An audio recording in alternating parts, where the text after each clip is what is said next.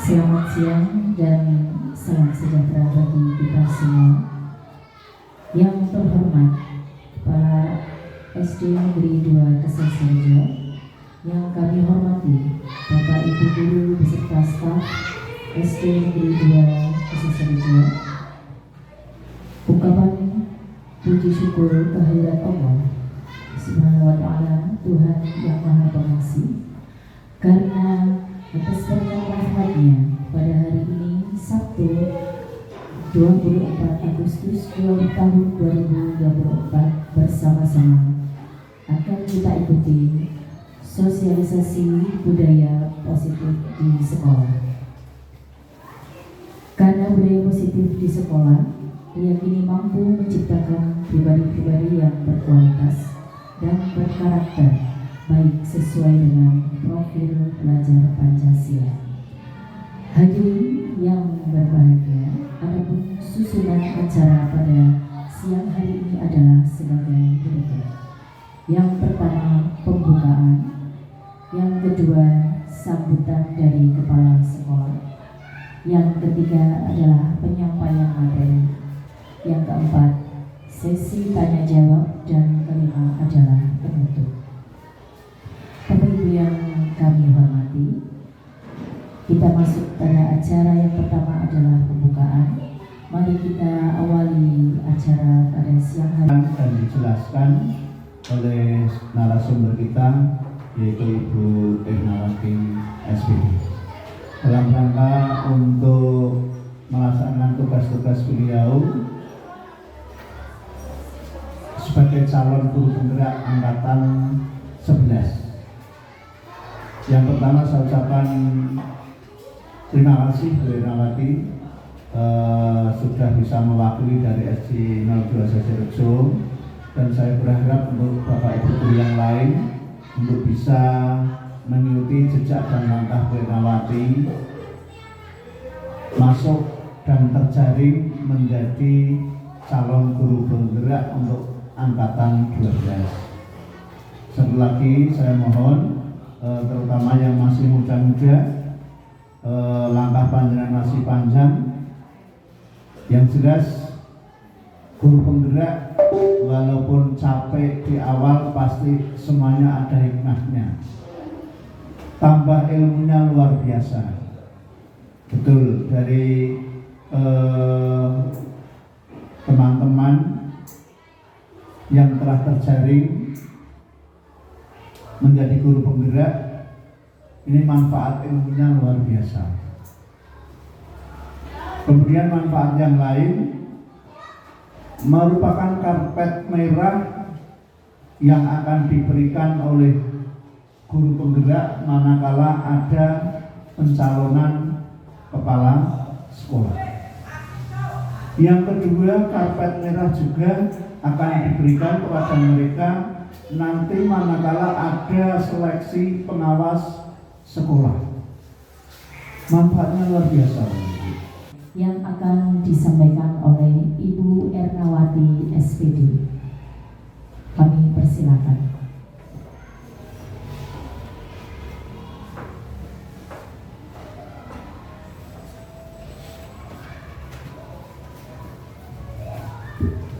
Bismillahirrahmanirrahim. Assalamualaikum warahmatullahi wabarakatuh. Alhamdulillah, puji syukur dan berkat Allah Subhanahu wa Ta'ala. Hari ini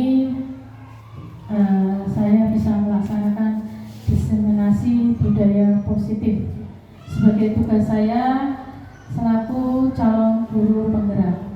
Terima kasih kepada Bapak Kepala Sekolah yang sudah mengizinkan saya untuk melakukan diseminasi di sekolah ini, dan terima kasih kepada Bapak Ibu guru, rekan sejawat yang mau berkolaborasi mendukung acara ini. Ya. Pada kesempatan ini saya akan menyampaikan diseminasi positif.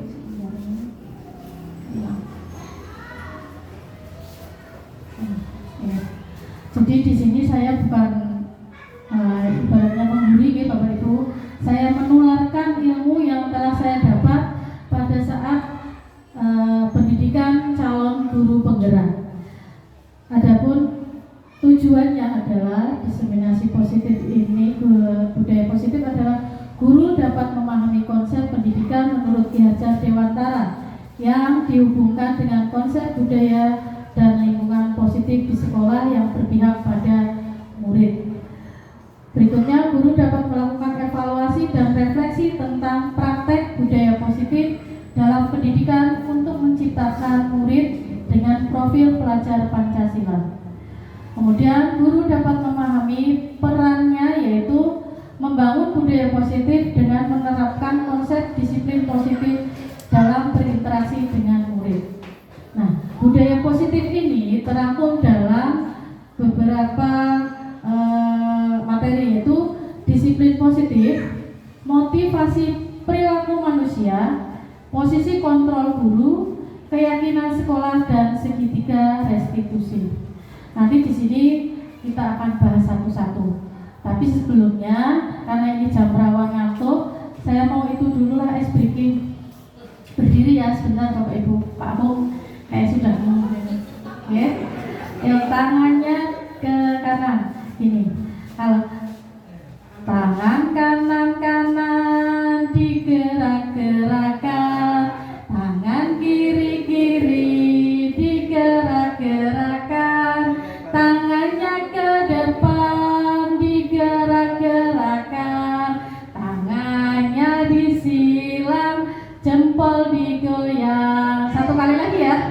Ayo bersama-sama. Tangannya ke kanan digerak-gerakkan, tangannya ke kiri digerak-gerakkan, tangannya ke depan digerak-gerakkan, tangannya disilang, jempol digoyang. Terima kasih. Ya, ini salah satu biasanya trik guru ya, agar muridnya tidak ngantuk dan muridnya kembali konsentrasi, kembali ke budaya positif. Tujuannya yaitu budaya positif di sekolah bisa membentuk karakter murid, guru, dan visi misi sekolah. Dapat terciptanya pribadi-pribadi yang penuh kontrol dalam diri dan karakter yang kuat, yang menjadi penggerak sebagai guru dan segenap tantangan komponen sekolah untuk memajukan pendidikan Indonesia. Pembelajaran dengan paradigma baru. Jadi sekarang pembelajaran yang dirancang itu berdasarkan prinsip pembelajaran yang terdiferensiasi, sehingga setiap siswa belajar sesuai dengan kebutuhan dari tahap perkembangannya untuk mewujudkan profil pelajar Pancasila. Seperti yang kita ketahui, profil pelajar Pancasila itu ada beriman dan bertakwa kepada Tuhan Yang Maha Esa, kemudian berkebinaan global, bergotong royong, kreatif, bernalar kritis, dan mandiri. Ini yang kita tanamkan pada siswa. Kemudian perubahan paradigma kontrol, teori pilihan ini adalah merupakan ilusi kontrol guru selama ini ya, ilusi guru mengontrol murid. Jadi kita selalu mengilusikan itu ya, bahwa guru itu harus selalu mengontrol murid. Kemudian ilusi bahwa kritik dan membuat orang merasa bersalah dapat menguatkan karakter. Itu yang kadang kita ke anak, jika anak itu berbuat kesalahan, kita akan membuat anak itu merasa bersalah. Kita beranggapan bahwa itu akan menguatkan karakter anak. Kemudian ilusi bahwa semua penguatan positif efektif dan bermanfaat. Yang terakhir, ilusi bahwa orang dewasa itu memilih hak untuk memaksa. Kita sebagai guru kadang merasa punya hak ya untuk memaksa siswa. Nah, nanti kita akan bahas di sini. Paradigma stimulus, teori respon, kontrol. Siapa sesungguhnya yang memiliki kontrol? Stimulus respon, kita mencoba mengubah orang agar berpandangan sama dengan kita. Nah, itu stimulus respon yang selama ini kita jalani. Nah, sebetulnya teori kontrol yang sesungguhnya adalah kita berusaha memahami pandangan orang lain tentang dunia. Terus perilaku buruk dapat dilihat sebagai suatu kesalahan. Nah, Nah, itu stimulus respon. Kemudian teori kontrolnya adalah semua perilaku memiliki tujuan. Orang lain bisa mengontrol saya. Nah, itu stimulus respon anak ya. Tapi kalau anak itu punya teori kontrol sendiri, hanya Anda yang bisa mengontrol diri Anda. Jadi memunculkan motivasi internal nanti di dalam diri anak. Saya bisa mengontrol orang lain. Nah, itu diganti menjadi teori kontrol Anda tidak dapat mengontrol orang lain. Pemaksaan ada pada saat bujukan gagal. Terus teori kontrolnya adalah kolaborasi dan konsekuensi menciptakan pilihan-pilihan baru. Model berpikir menang atau kalah. Teori kontrolnya adalah model berpikir menang dan menang. Itu yang kita tanamkan. Kemudian kita masuk ke disiplin. Sebenarnya disiplin, kita sering disiplin. Nah, makna sebenarnya kata disiplin itu berasal dari bahasa Latin, yaitu disciplina, yang artinya belajar. Asal kata ini berkonotasi dengan disiplin diri dari murid-murid Socrates dan Plato waktu itu. Disiplin diri membuat orang menggali potensinya menuju sebuah tujuan apa yang dihargai. Namun budaya kita, makna kata disiplin telah berubah menjadi sesuatu yang dilakukan seseorang untuk mendapatkan kepatuhan. Kecenderungan umum adalah berhubungan kata disiplin dengan ketidaknyamanan. Biasanya anak kalau disuruh disiplin merasa tidak nyaman, bukan dengan apa yang kita hargai atau kita capai. Kemudian nilai-nilai kebajikan universal. Nilai-nilai kebajikan adalah sifat-sifat positif manusia yang merupakan tujuan mulia yang ingin dicapai setiap individu. Nilai-nilai tersebut bersifat universal dan lintas bahasa, suku bangsa, agama maupun latar belakang. Setiap perilaku atau perbuatan memiliki tujuan. Itu menurut William Glasser dalam teori kontrol. Dengan mengaitkan nilai-nilai kebajikan yang diyakini seseorang, maka motivasi intrinsiknya akan terbangun, sehingga menggerakkan motivasi dari dalam dirinya untuk mencapai tujuan mulia. Jadi penting untuk kita menumbuhkan motivasi internal dari siswa, tidak hanya motivasi eksternal. Ya, nanti kita ada di sini nilai-nilai kebajikan yang ingin dicapai anak Indonesia itu kita kenal dengan profil pelajar Pancasila. Nah, yang tadi sudah saya sebutkan di awal ya, beriman dan bertakwa kepada Tuhan, mandiri, bernalar kritis, berkebinekaan global, bergotong royong, dan kreatif. Nah, ini teori motivasi perilaku manusia. Kita berperilaku itu kadang-kadang ada motivasinya dari dalam diri atau karena orang lain. Nah, motivasi eksternal biasanya untuk menghindari ketidaknyamanan atau hukuman. Anak merasa takut dengan hukuman, hanya karena itu maka dia melakukan tugasnya. Itu berarti dia hanya mempunyai motivasi eksternal, dan itu kalau tidak diingatkan lagi, anak itu akan kembali seperti semula karena dia hanya memiliki motivasi eksternal. Jadi pertanyaannya nanti akan apa yang akan terjadi apabila saya tidak melakukannya. Jadi misalkan anak berbuat salah, dia apa yang terjadi ya kalau saya tidak melakukan ini gitu misalnya. Nah, dia takut dihukum, maka itu motivasi eksternal. Kemudian ada yang lain untuk mendapatkan imbalan dari orang lain atau institusi. Jadi anak patuh aturan karena ingin mendapatkan imbalan atau mendapatkan reward hadiah. Nah, itu motivasi eksternal. Ada sebuah teori bahwa kita memberikan reward itu justru tidak baik gitu ya. Jadi boleh, tapi asal sesuai dengan sesuai dengan pembelajarannya.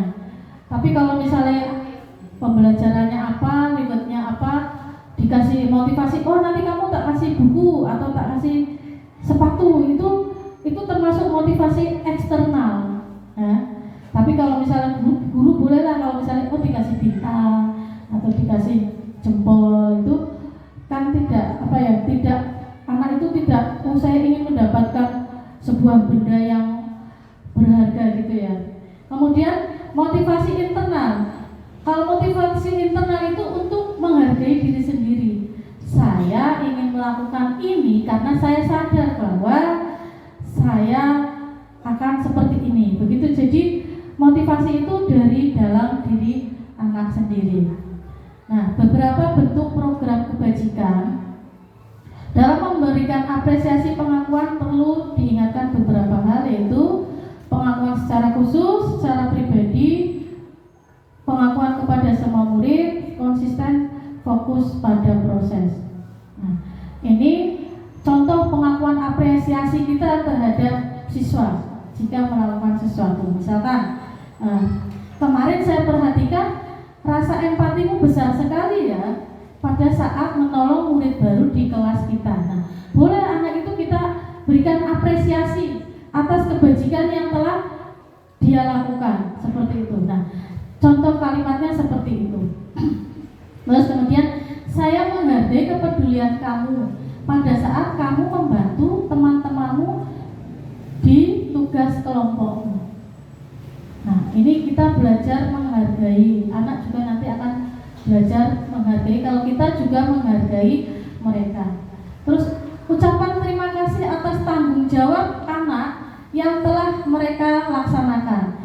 Misalkan ada anak yang sudah memungut sampah berserakan di lantai, kita tidak ada salahnya kita berterima kasih. Terima kasih ya nak atas tanggung jawabmu pada saat kamu membersihkan kelas atau memungut sampah yang berada di kelas. Nah, ini contoh bentuk pengakuan kita terhadap siswa. Jadi siswa itu juga butuh pengakuan guru ya. Kadang butuh diperhatikan, butuh rasa dihargai, butuh rasa diterima kasih, diberi rasa terima kasih. Kemudian kita akan ke hukuman dan konsekuensi. Selama ini kita sering menghukum anak ya, atau kita melaksanakan hukuman atau konsekuensi. Coba nanti kita refleksi diri ya, apa yang sudah kita lakukan terhadap anak. Nah, apa bedanya hukuman dan konsekuensi? Hukuman itu sesuatu yang menyakitkan, harus terjadi, terus membuat anak sakit fisik, sakit hati, jangkanya lama. Misalkan anak disuruh lari karena dia terlambat ya. Terus anak membenci kedisiplinan. Terus kalau hukuman bersifat memaksa, mendorong anak menyakiti diri sendiri, konsep diri yang buruk. Anak belajar untuk menyembunyikan kesalahan. Jika ada hukuman, anak akan menghindar dan menyembunyikan kesalahan. Betul tidak Bapak Ibu? Iya kan? Kadang-kadang tidak mengaku salah karena takut akan hukuman. Terus kadang marah, merasa bersalah, kadang merasa dipermalukan di depan teman-temannya, merasa tidak dihargai, dihukum langsung di depan teman-temannya. Misalkan disuruh lari di lapangan atau hormat bendera. Nah, ada kalanya kita lakukan itu tapi disesuaikan dengan konteksnya. Berbeda dengan konsekuensi. Kalau konsekuensi itu sesuatu yang harus terjadi, membuat anak merasa tidak nyaman dalam jangka pendek. Anak menghargai disiplin. Stimulus tanggapan mendorong anak agar mudah menyesuaikan diri. Konsep diri yang baik, anak belajar mematuhi peraturan dan kehilangan hak, dibuat tidak nyaman, diasingkan sementara. Nah, ini contoh-contoh yang mungkin pernah kita lakukan atau saya lakukan ya. Mencatat 100 kali di dalam buku, saya tidak terlambat lagi karena terlambat datang ke sekolah. Ada yang pernah seperti ini? Mungkin Bapak Ibu? Nah, tidak ya. Lari mengelilingi lapangan karena terlambat hadir sekolah. Nggak pernah ya, karena sekarang kita sudah jarang main fisik dengan anak. Murid diminta push up 15 kali karena tidak menggunakan masker di sekolah. Tidak ya, syukur Bu. Kalau dulu mungkin zamannya saya sekolah masih ada ya, anak terlambat disuruh push up, anak terlambat disuruh lari. Terus menggantikan kertas petugas teman yang telah dicoret-coret. Pernah? Nah, ini di sini ada yang bentuknya hukuman dan ada yang namanya konsekuensi. Nah, kalau misalnya mencatat 100 kali di dalam buku, itu termasuk hukuman atau konsekuensi ya, Bapak Ibu? Hukuman. Kalau lari, mengelilingi lapangan karena terlambat hadir ke sekolah, hukuman. Mengganti kertas tugas teman yang telah dicoret-coret, konsekuensi.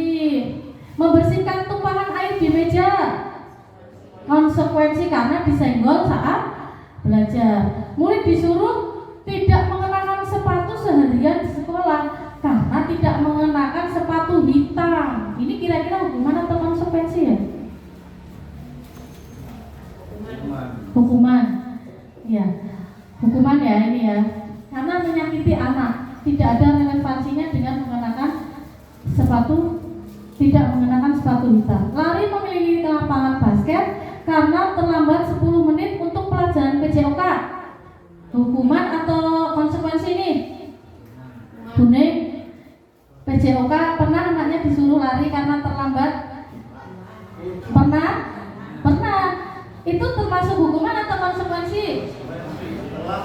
Iya, itu konsekuensi karena ada relevansinya di saat pelajaran olahraga. Jadi ada relevansi dari apa yang dilakukan anak, ya. Jadi anak disuruh keliling lapangan karena terlambat pelajaran PJOK. Nah, di dalam pelajaran PJOK memang ada pelajaran lari. Nah, ini dibolehkan. Ini termasuk konsekuensi anak karena tidak melakukan karena terlambat, maka dia disuruh lari, gitu ya. Nah, yang ini ya sudah dijawab sama Bapak Ibu ya tadi ya. Kira-kira benar tidak tadi ya jawabannya ya? Yang pertama, mencatat 100 kali hukuman. Lari karena terlambat hadir ke sekolah, hukuman. Benar ya tadi ya yang dijawab ya. Murid diminta push up, hukuman. Murid mengganti kertas, konsekuensi. Membersihkan air yang tumpah, konsekuensi. Murid disuruh tidak mengenakan sepatu seharian, ini hukuman karena menyakiti anak. Nah, kemudian yang lari tapi karena ada relevansinya dengan pelajaran PJOK, maka ini disebut konsekuensi. Nanti kita refleksi diri, apa sih yang sudah kita lakukan selama ini? Apakah kita sudah menghukum anak atau melakukan konsekuensi terhadap anak? Kemudian sebagai guru kita punya 5 posisi kontrol, yaitu sebagai penghukum, pembuat rasa bersalah, sebagai teman, sebagai pemantau, dan sebagai manajer. Kira-kira selama ini yang kita posisikan apa ya? Kebanyakan apa ya? Pak Darian apa Pak? Sebagai apa Pak?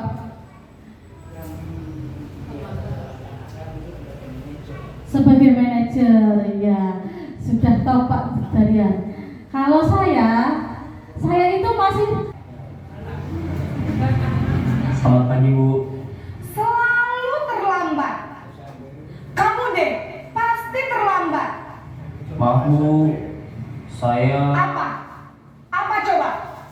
Alasan kamu apa lagi? Kapan sih kamu tidak terlambat? Malas sekali ya kamu jadi anak. Saya Dasar pemalas. Gak kapok-kapok sih kamu. Sudah berapa kali terlambat? Sana, kamu keliling lapangan basket 2 kali. Kenapa saya harus keliling lapangan basket Bu? Kenapa? Kamu melawan ibu. Berani Berani-beraninya jawab. Sudah terlambat, masih berani jawab pula. Sekarang, keliling lapangan basket 5 kali sekalian.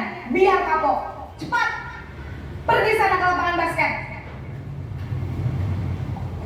Posisi penghukum biasanya berbicara dengan nada tinggi, menghardik, menunjuk-nunjuk, menyakiti, dan menyindir. Hukuman bisa berupa fisik maupun psikis. Ibu dan bapak guru hebat. Dampak yang terjadi pada murid ketika guru berada pada posisi penghukum adalah murid cenderung akan memberontak, bahkan menyimpan dendam.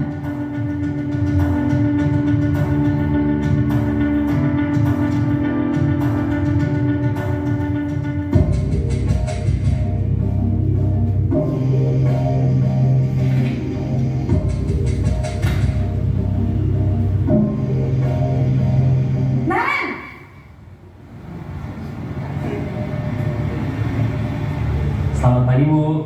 Naren, kamu kenapa terlambat lagi, nak? Ya Tuhan, Naren, kamu senang ya bikin ibu susah ya?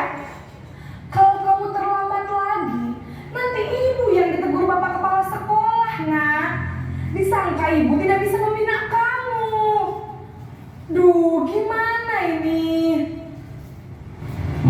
Maaf, Bu. Duh, Gusti Naren. Sampai Kamu dia suka seperti ya kalau ini. ibu ditegur bapak kepala Saya kadang sekolah? seperti ini. Terus, sekarang ibu harus tulis apa ini di buku absen? Ini kamu sudah sering terlambat loh. Ibu harus apa coba? Maaf, Bu. Maaf sekali. Ya sudah, lain kali jangan bikin ibu susah lagi ya nak ya.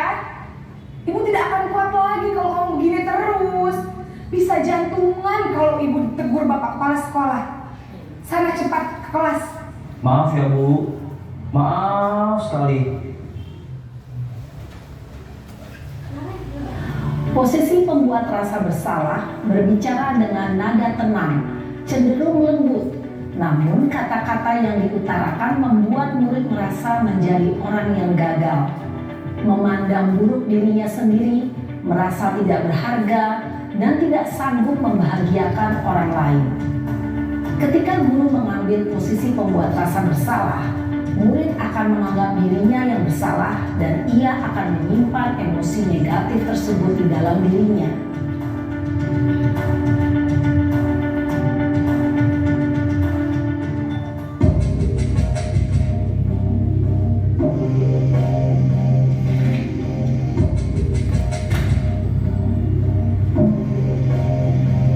Naren!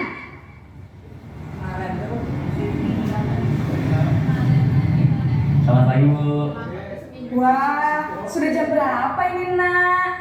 Terlambat lagi ya sayang. Iya, Bu. Habis ibu saya lupa bangunkan saya, Bu. Kamu malah menyalahkan ibu kamu. Kamu bukannya anak yang larinya paling kencang. Kok terlambat sih? Iya, Bu. Saya memang terlambat bangun tadi. Jadi, biarpun saya lari kencang, tetap gak kekejar, Bu. Ya sudah sana. Nanti lain kali larinya lebih kencang lagi ya. Biar gak terlambat lagi. Bikin seneng ibu. Demi ibu. Bisa kan? Bisa lah, Bu. Ya sudah sana masuk kelas. Ibu beresin urusan absen kamu. Kamu ini ada-ada saja. Dalam posisi teman, guru berbicara dengan nada suara ramah, akrab, cenderung bersenda gurau untuk menjaga suasana tetap santai. Murid akan merasa senang, aman, dan akrab dengan guru. Identitas yang tercipta adalah identitas sukses atau berhasil. Namun, perlu diingat, karena ini masih dorongan eksternal, maka ada faktor ketergantungan dari murid kepada orang tertentu. Di sini guru absennya, sehingga di lain waktu murid bisa berperilaku baik, namun hanya kepada orang-orang tertentu saja.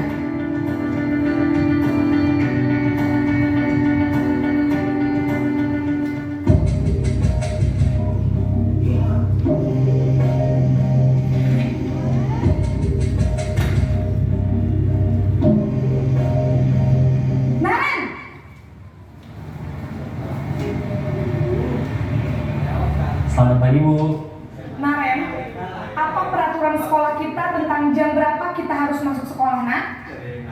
Kita harus di sekolah jam 7, Bu.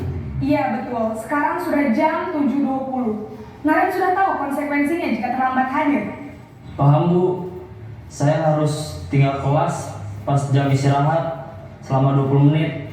Iya benar, konsekuensinya demikian. Jadi nanti jam 9.30 pas istirahat, kamu harus tinggal di kelas, kerjakan tugas tambahan untuk ketertinggalan kamu, ya? Baik, Bu. Posisi pemantau mengandalkan penghitungan atau data untuk mengontrol murid. Guru mengarahkan murid berdasarkan peraturan dan konsekuensi. Seorang pemantau menunjukkan bahasa tubuh dan ekspresi wajah yang datar dan cenderung formal.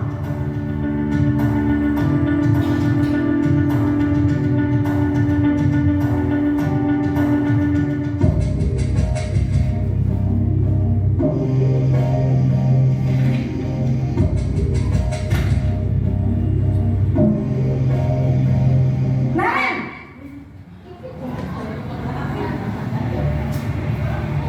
Selamat pagi, Bu. Selamat pagi, Naren. Maaf, Bu. Saya terlambat. Iya, sekolah masuknya jam 7, sekarang sudah jam 7.20. Jadi sekarang bagaimana ini, Naren? Maaf, Bu.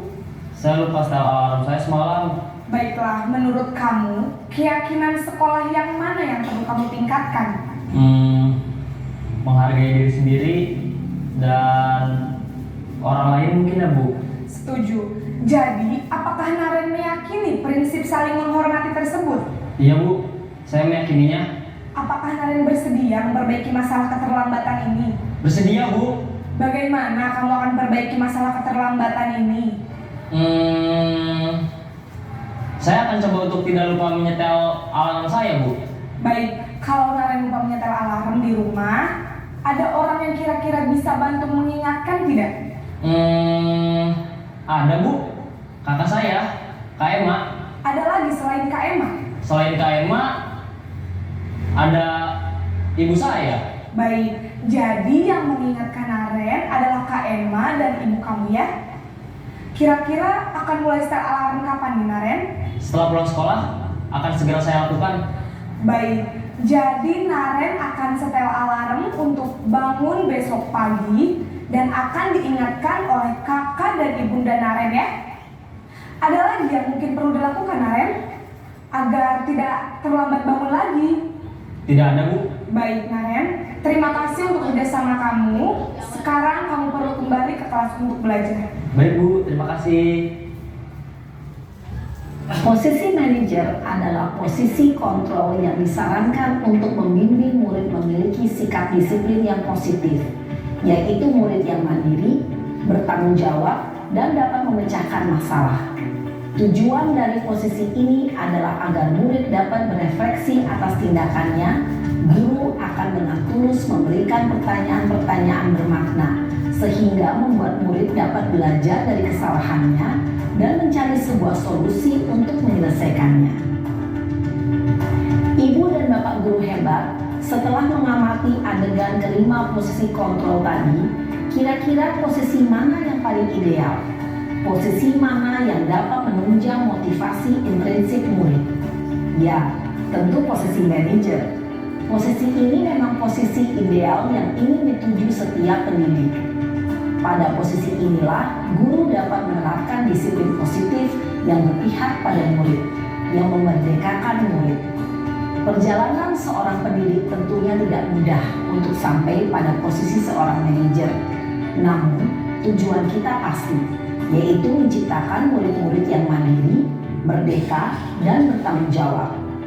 Semoga penggambaran 5 posisi kontrol yang telah diperlihatkan ini dapat menjadi ajang refleksi bagi kita semua, agar dapat terus mengasah dan menerapkan disiplin positif yang memerdekakan murid. Mari terus berlatih dan bersemangat. Selamat menerapkan. Salam dan bahagia Ibu dan Bapak guru hebat.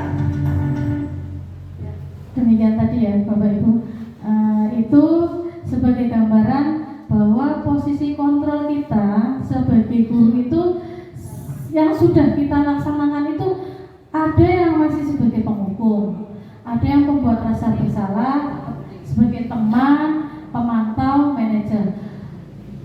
Tujuannya kita mungkin sama untuk mendisiplinkan anak, tapi yang idealnya adalah seperti yang dibahas tadi adalah kita sebagai manajer.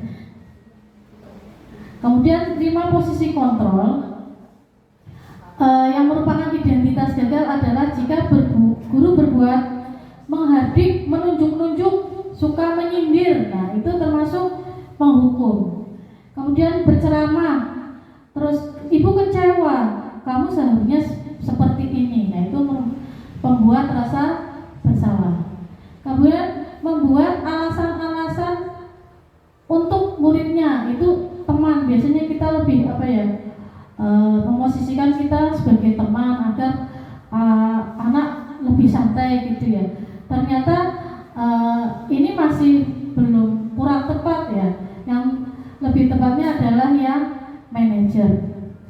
Kemudian guru jika berkata kalau kamu tidak melakukannya maka awas ya, itu kita selalu awas ya. Nah, itu sebagai penghukum.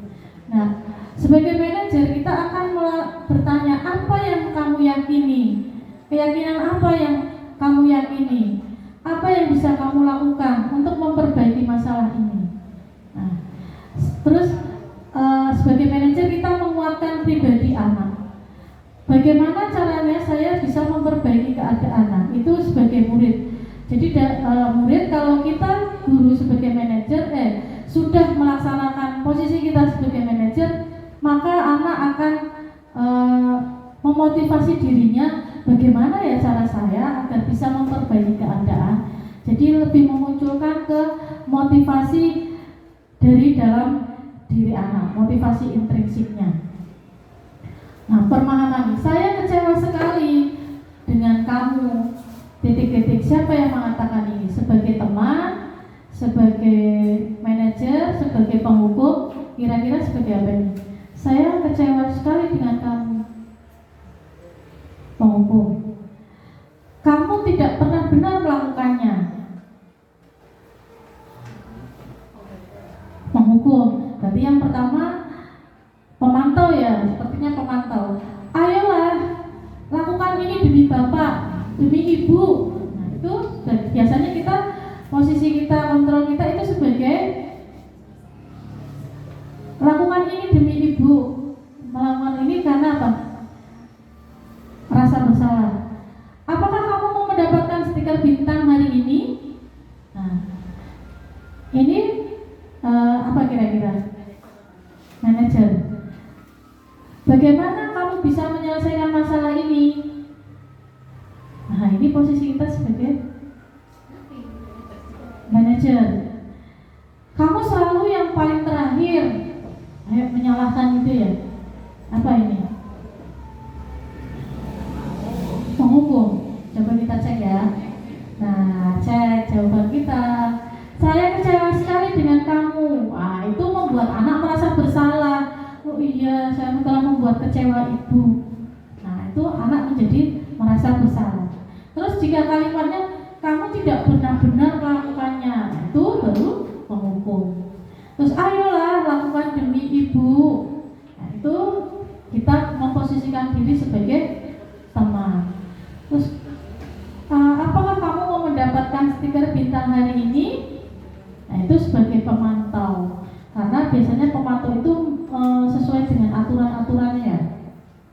Terus bagaimana kamu bisa menyelesaikan masalah ini? Baru kita memposisikan kita itu sebagai manajer. Ya, jadi anak digali dari motivasi dirinya itu, bagaimana kamu bisa menyelesaikan masalah ini. Jadi bukan karena kita yang berbicara terus anak anut sama kita, tapi itu muncul dari diri anak. Jadi nanti anak akan lebih, oh iya, ini perkataan saya akan melakukannya. Kamu selalu yang paling terakhir. Nah, itu sebagai penghukum. Nah, yang 5 posisi kontrol tadi kita dapat melakukan sebuah restitusi. Restitusi adalah proses menciptakan kondisi bagi murid untuk memperbaiki kesalahan. Jadi anak ini melakukan kesalahan. Nah, kita itu melakukan restitusi, yaitu menciptakan kondisi bagi murid untuk memperbaiki kesalahan mereka, sehingga mereka itu bisa kembali ke kelompok mereka dengan karakter yang lebih kuat.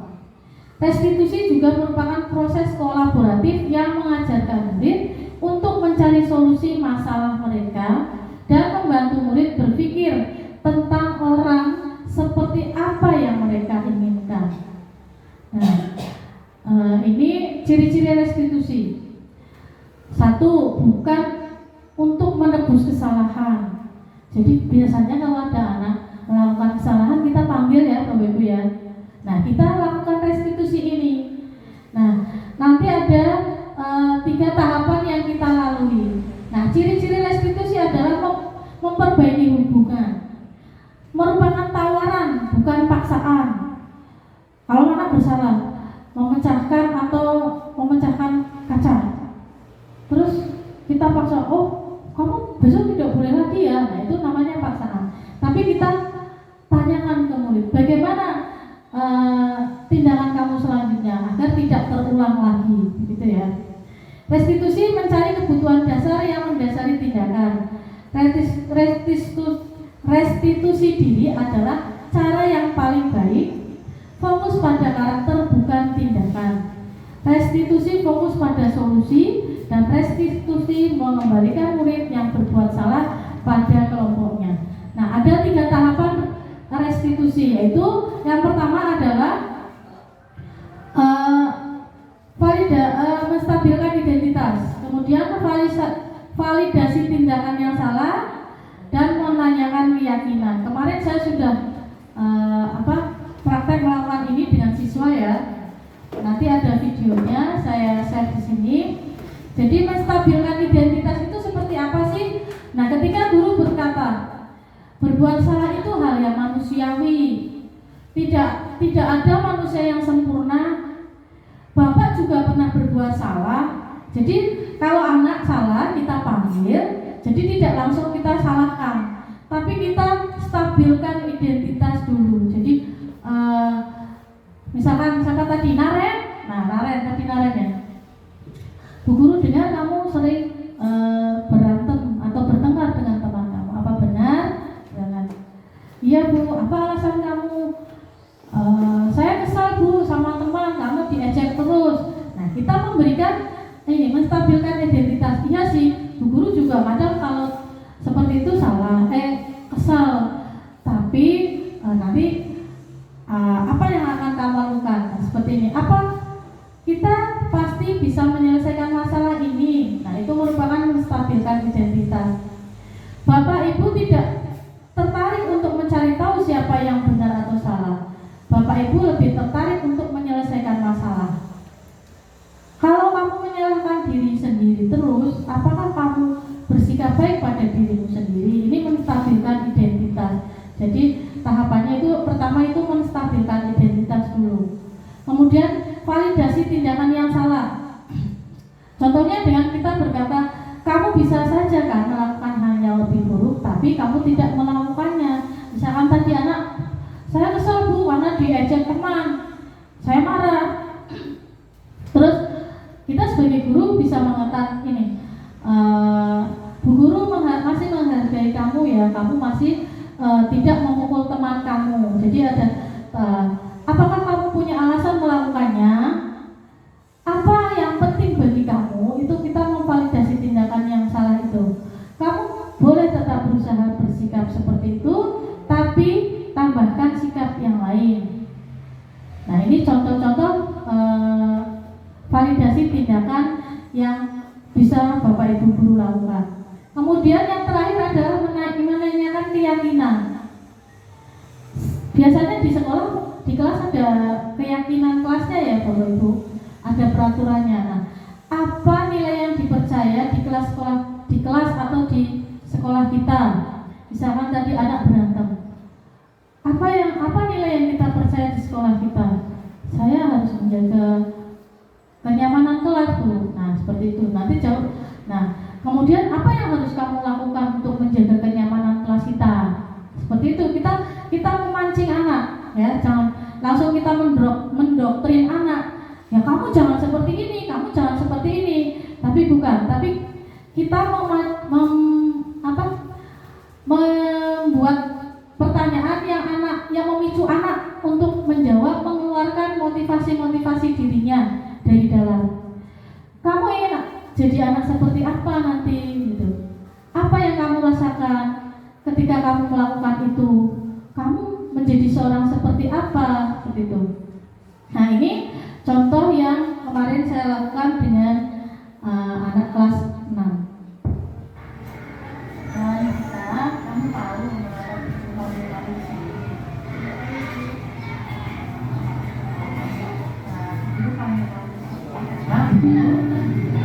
ini sering melihat terlambat. Mengapa kamu sering datang terlambat? Saya baru siang. Ya sih, kadang-kadang lupa waktu. Tapi menurut kamu apakah kepuasan kamu ini sudah benar? Menurut kamu apakah kamu sudah mengerti aturan kelas? Terus saya melakukan apa yang akan kamu lakukan untuk memperbaiki? Saya akan memastikan baik, terima kasih ya, kamu sudah berusaha untuk memperbaiki. Seperti itu ya tadi Bapak Ibu. Jadi kita menanyakan kepada anak keyakinannya. Nah, nanti akan berkaitan dengan keyakinan kelas. Mengapa tidak peraturan? Mengapa harus keyakinan kelas? Nah, mengapa kita memiliki peraturan harus menggunakan helm bila mengendarai kendaraan roda 2? Mengapa kita memiliki peraturan 3M menggunakan masker, mencuci tangan, dan menjaga jarak 1,5 meter? Mengapa kita memiliki peraturan harus datang tepat waktu pada saat mengikuti pelatihan? Nah, untuk mendukung motivasi intrinsik, kembali ke nilai keyakinan-keyakinan lebih menggerakkan seseorang dibandingkan mengikuti serangkaian peraturan. Nah, peraturan itu biasanya jangan buang sampah sembarangan. Jangan apa Pak? Biasanya kalau di peraturan kita identik dengan kata jangan, ya. Jangan merokok di kantor. Jangan, ya kalau anak-anak itu jangan membuang sampah di kelas, jangan mencoret-coret tembok. Nah itu masih sebuah peraturan. Nah, peraturan itu kita ubah menjadi sebuah kalimat positif. Ya, jangan mencoret-coret di tembok atau jangan membuang sampah di sembarangan. Nah, kita ubah kalimatnya menjadi kalimat yang positif. Mengapa tidak peraturan saja? Mengapa harus keyakinan? Karena untuk mendukung motivasi intrinsik kembali pada nilai-nilai keyakinan yang lebih menggerakkan seseorang dibanding mengikuti serangkaian aturan. Nah ini peraturan. Contohnya selalu kembalikan buku ke tempatnya. Kita buat menjadi kalimat positif, menjadi sebuah keyakinan kelas. Kalau kembalikan buku ke tempatnya berarti apa ini? Memupuk apa? Tanggung jawab anak. Dilarang mengganggu orang lain. Nah ini dilarang. Nah kalimat dilarang ini masih kalimat peraturan. Kita buat menjadi keyakinan kelas, yaitu menghormati orang lain. Hadir di kelas 15 menit sebelum pembelajaran dimulai, itu masih peraturan. Keyakinannya adalah menghormati orang lain, berkomitmen, tidak melakukan kekerasan. Keyakinannya adalah keselamatan, menghormati orang lain. Dilarang menggunakan narkoba.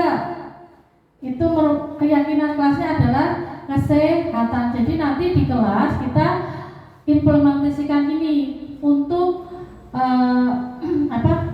memunculkan motivasi anak, motivasi intrinsik untuk berbudaya positif dengan membuat keyakinan kelas. Nah, keyakinan kelas ini dibuatnya itu bersama-sama Bapak Ibu. Jadi bukan kita yang merumuskan sebuah kalimat, tapi anak-anak, kita bersama anak-anak.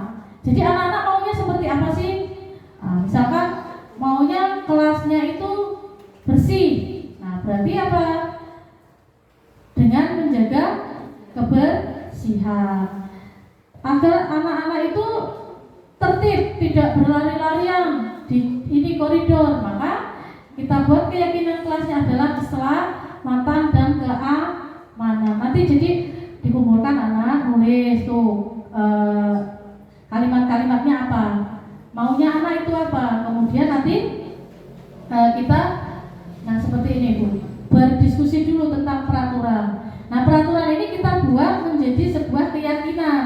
Keyakinan anak ini merumuskan bersama-sama. Apakah setuju dengan ini? Misalkan anak, oh iya Bu, setuju. Nah, nanti kita tempel. Kita buat ada 10 atau 8 itu ya. Terus kita tempel di kelas. Apa tujuannya ditempel? Ditempel itu agar anak itu mudah melihat, mudah mengingat. Ya, jadi anak kalau itu kan kalau tidak sering diingatkan akan sering lupa.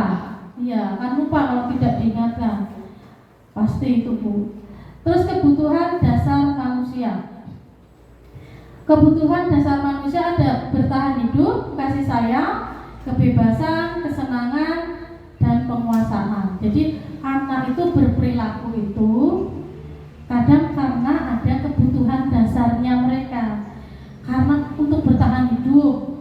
Ada yang karena bertingkah itu karena butuh kasih sayang. Di rumah mereka itu kurang kasih sayang dari orang tuanya. Karena atau ada karena dia membutuhkan kebebasan. Di rumah tidak bebas, maka di sekolah kadang dia bertingkah aneh, bertingkah nyeleneh. Ya, contohnya seperti ini. Ibu Ambar sedang bingung mendapat laporan karena Doni mengambil bekal teman-temannya. Jadi sering ngambil bekal temannya. Jika ia menjawab, Doni kenapa kamu ditanyakan, Doni kenapa kamu sering mengambil bekal teman kamu? Kalau jawabannya saya lapar Bu, kemungkinan anak itu dari rumah belum sarapan. Dia berusaha mempertahankan hidupnya, maka dia minta bekal temannya. Kalau dia menjawabnya saya bosan Bu dengan bekal saya, nah berarti di rumah mungkin lauknya itu saja, dia bosan, maka dia membutuhkan kebebasan memilih menu yang di rumah tidak dapat. Ada menu temannya yang merasa dia pengen, dia akhirnya mengambil. Terus karena jawabannya seru Bu, senang Bu, saya ngambil punya teman, dia merasa senang. Berarti ada kebutuhan kesenangan pada diri dia, bukan kelainan Bu. Jadi dia ingin mengekspresikan dirinya lebih gitu ya.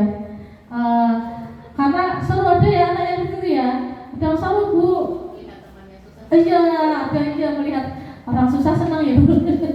Itu karena dia jadi merasa puas, senang. Mungkin di rumah ada kebutuhan kesenangannya yang kurang, di rumah tidak terpenuhi, makanya di sekolahan dia bertingkah seperti itu. Terus saya merasa hebat kalau sudah mengambil punya temannya. Nah itu dia membutuhkan namanya pengakuan penguasaan. Berarti pengen dianggap anak itu mampu. Oh iya kamu hebat gitu loh. Itu penguasaan, saya sudah bisa melakukan ini. Nah itu kebutuhan dia akan penguasaan. Nah ini contoh beberapa budaya positif yang dapat kita terapkan di sekolah. Contohnya sudah kita laksanakan ya Bapak Ibu ya, ini ya. Berdoa sebelum dan sesudah belajar, membaca Asmaul Husna ya setiap Jumat, sholat zuhur berjamaah, peringatan hari besar agama, ini sudah. Kegiatan cinta Al-Quran ya dengan membaca juz amma sebelum pembelajaran, senyum salam sapa sopan santun. Nah ini yang sepertinya harus kita tingkatkan, menyambut anak dengan senyum, salam, sapa, sopan dan santun. Upacara setiap hari Senin dan peringatan hari besar nasional, kerja bakti, piket kelas, kegiatan literasi dengan membuat pojok baca, kegiatan ekstrakurikuler yang bakat minat anak kita bisa digali, melaksanakan tata tertib sekolah. Jadi nanti pesan saya sih gitu saja tadi, kita membuat keyakinan kelas masing-masing. Jadi di anak-anak dibuat keyakinan kelas yang mereka yakini dan akan mereka patuhi bersama. Nah, hal penting dalam menciptakan budaya positif adalah menciptakan kolaborasi antara guru, siswa, dan orang tua untuk menciptakannya tidak hanya di sekolah tetapi di rumah agar menjadi karakter dan pembiasaan baik. Nah, begitu Bapak Ibu paparan dari saya. Semoga ini menginspirasi untuk Bapak Ibu sekalian. Kurang lebihnya saya mohon maaf. Nanti bisa dilanjut dengan sesi tanya jawab dan umpan balik. Saya kembalikan ke Bu Tias. Monggo Bu. Wassalamualaikum warahmatullahi wabarakatuh. Masih semangat Bapak Ibu?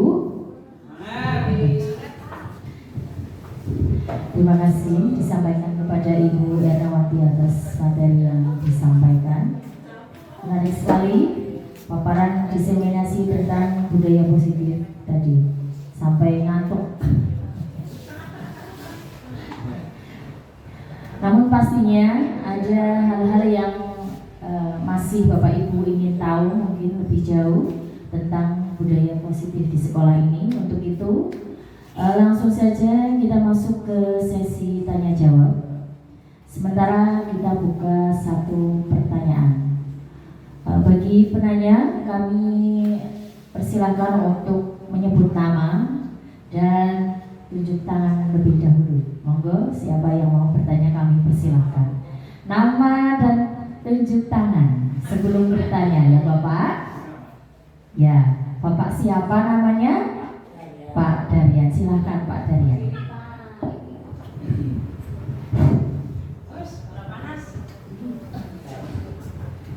Assalamualaikum warahmatullahi wabarakatuh.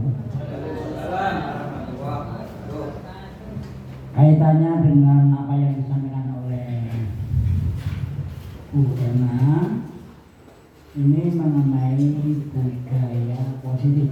Ya.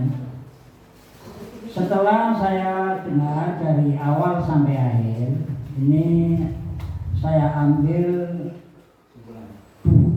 dua inti dari apa yang disampaikan. Yang pertama adalah disiplin positif, yang kedua adalah tema apa yang disampaikan adalah budaya positif.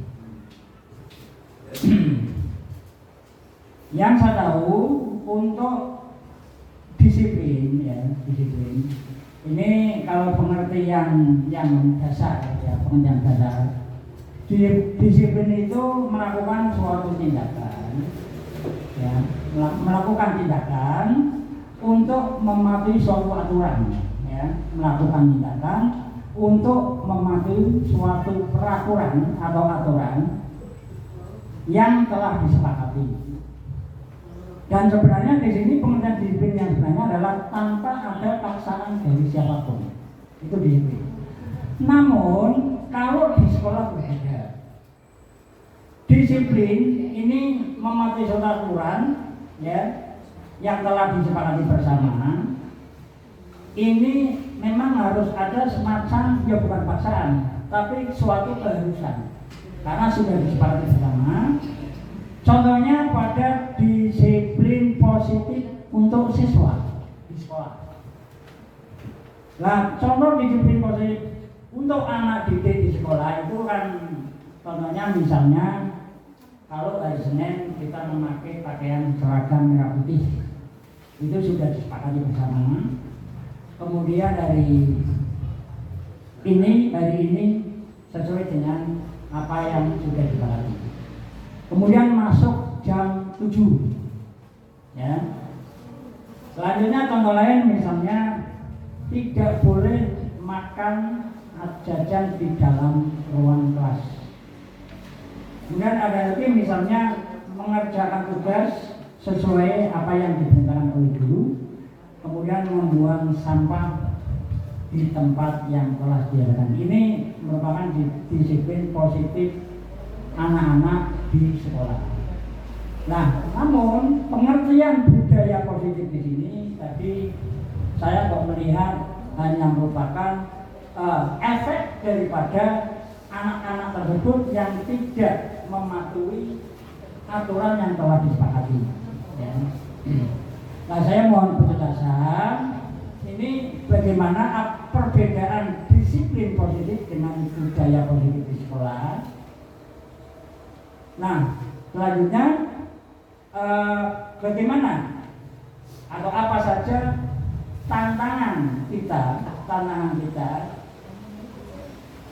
yang dihadapi saat menerapkan budaya positif di kelas, serta bagaimana upaya mengatasinya. Demikian pertanyaan dari saya. Barangkali ada pertanyaan berkenan dan hormat yang segera bertanya. Assalamualaikum warahmatullahi wabarakatuh.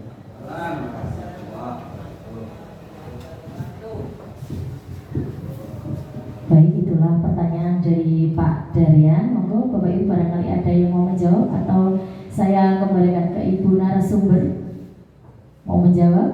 Baik. Terima kasih Pak Darian. Saya akan menjawab berdasarkan ilmu yang sudah saya dapat tadi tentang budaya positif dan disiplin positif. Budaya positif itu meliputi disiplin positif. Ya, budaya positif itu ada berupa disiplin positif, segitiga restitusi, bagaimana kontrol kita sebagai guru, seperti itu. Merupakan itu budaya positif, budaya yang ada di sekolah kita. Nah, salah satunya itu adalah disiplin positif. Disiplin, bagaimana kita meningkatkan kedisiplinan. Nah, menurut ilmu yang saya dapat itu berarti kita tidak menggunakan kata peraturan. Peraturan itu kita ubah menjadi keyakinan dengan harapan anak itu punya motivasi intrinsik untuk melakukan itu. Jadi kalau larangan, kalau dilarang nengok, pasti akan tambah nengok, ya kan? Dilarang, pasti kalau di jalan itu, triknya kan trik marketingnya itu, dilarang nengok, padahal malah nengok, padahal disuruh lihat iklan. Nah, begitupun anak-anak, kalau kita menggunakan kata-kata dilarang, biasanya anak malah cenderung melakukan itu. Jadi kita buat kalimatnya menjadi sebuah kalimat positif. Ya, kalimat positif itu akan kita buat menjadi sebuah keyakinan yang anak yakini. Berarti menjaga kenyamanan kelas. Bagaimana ya menjaga kenyamanan kelas itu? Berarti saya tidak boleh duduk atau menjaga ketertiban disiplin baju ya Pak ya. Oh ya, bagaimana saya harus berdisiplin dengan baju saya.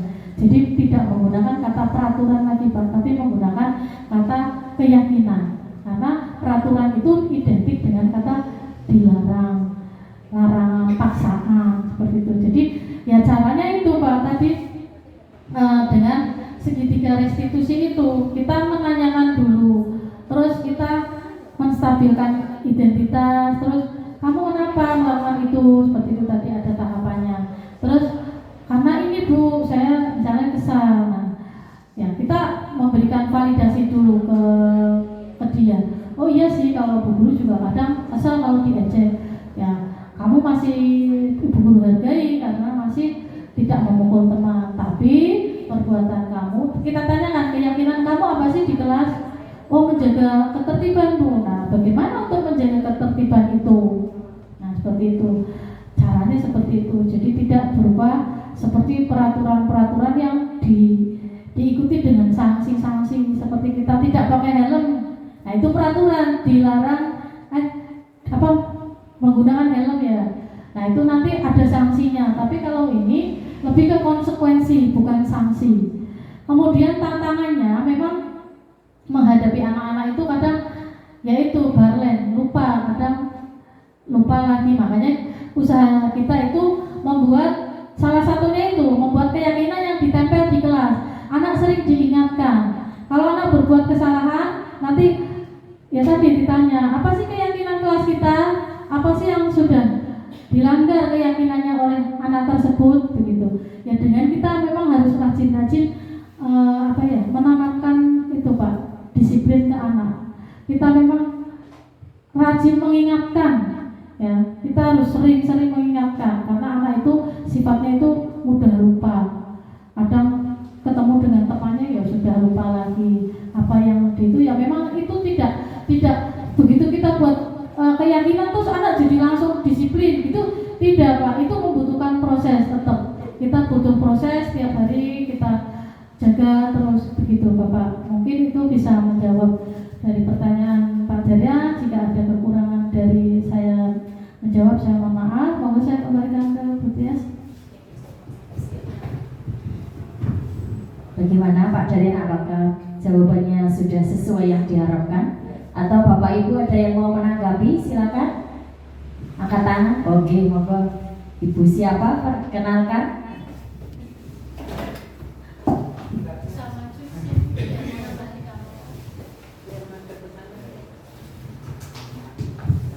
Ya, nama saya Ibu Ratna.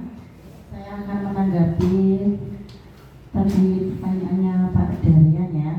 Berarti dengan kegiatan diseminasi ini telah mengubah cara pandang saya tentang kontrol saya sebagai guru di sekolah. Yang tadinya saya berpikir bahwa menghukum anak dapat mendisiplinkan siswa, ternyata di era sekarang itu sudah tidak relevan lagi ya Bapak Ibu ya. Itu mungkin pada zaman dahulu ya, kalau menghukum siswa. Ke depan saya akan mencoba membangun budaya positif yang ada di kelas melalui keyakinan di kelas ya. Terima kasih.